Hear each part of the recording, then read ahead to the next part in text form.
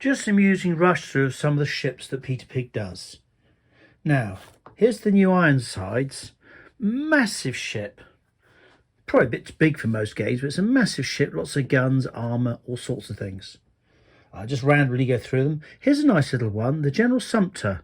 Typical little ram ship. Very cheap on points, but it can cause a lot of damage by giving you a real successful ram. However, when it's in close, it'll often get shot to bits by other ships. But there we go. Here's a General Bragg. Well, it looks very big, but it's basically got a few pop guns on it, and that's about it.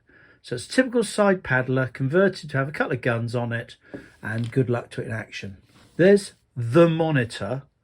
This is the original one, and the paint job on it's nice and easy. Just do it gunmetal and just rub it all off. You could do it black or whatever, but there's the Monitor. There's the Planter, fought on both sides. It's got a lot of interesting history, well worth reading up about. There's the Planter, a little pop gun ship, not up to much. Typical little Union gunboat. There we go, couple of guns on it, perfectly serviceable, up and down the rivers, very nice. Here's the Virginia. Very popular with Wargamers. It's a massive ship, ram ship, etc.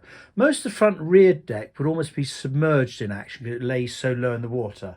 But for the sake of a model, there it is. Loads of guns, loads of firepower, very expensive on points.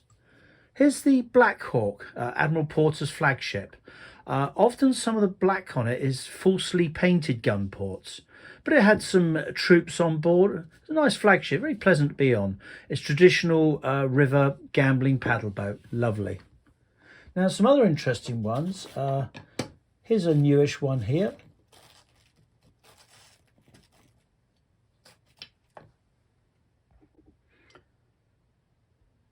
Some more boats. This great big slab of a boat is the Benton. Now, Benton was what's known pre-war as a snagging boat. You see, it's like a catamaran to two hulls. Before this arm was put on, it would drag up trees out of the river, chop them up, because floating trees could be a major hazard for the waterways. However, this is a lovely boat, lots and lots of guns on it, and it's a nice model too. Big slab of a ship. There we go.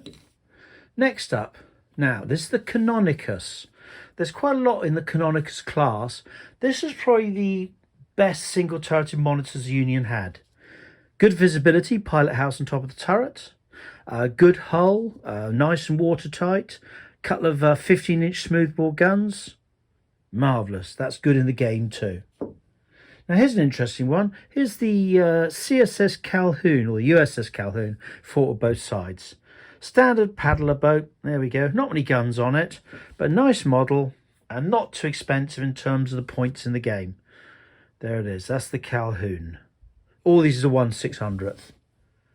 Here's another one here. This is the CSS Morgan, or the Gaines.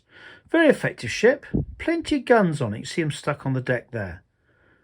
Lots of gunnery, standard side paddler, very powerful. And these ones were not prone to any great mechanical problems. Very good ships. Here's another very important ship in the war, the 90-day gunboat. So called because they reckon they could build them in 90 days. Not always true. There are about 20 odd of these, loads of them. They're wooden ships with maybe one or two big heavy guns. They're all slightly different.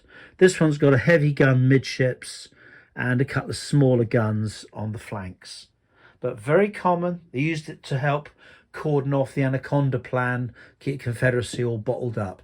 90-day gunboats, wooden. Now, here's probably the biggest beast in the whole rules. This one here is the Onondaga, a massive twin-turreted monitor. Some of these used after the war. You'll see photos on with the hull built up a bit so they don't get flooded. But two massive turrets. Once again, the paint job's nice and straightforward. You can just put black, dry brush bit gunmetal, sorted.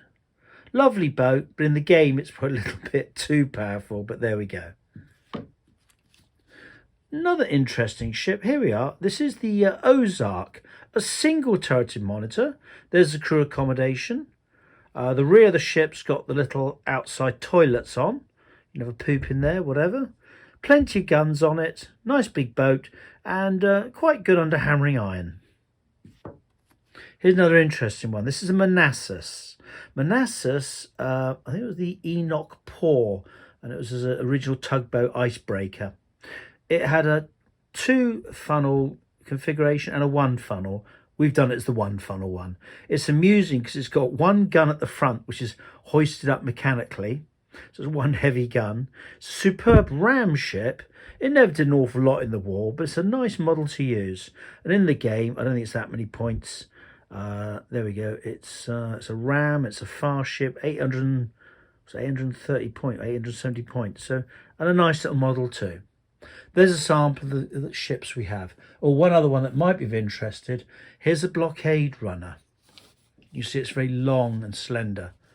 There it is. It's a blockade runner. This one's the AD Vance or the Advance.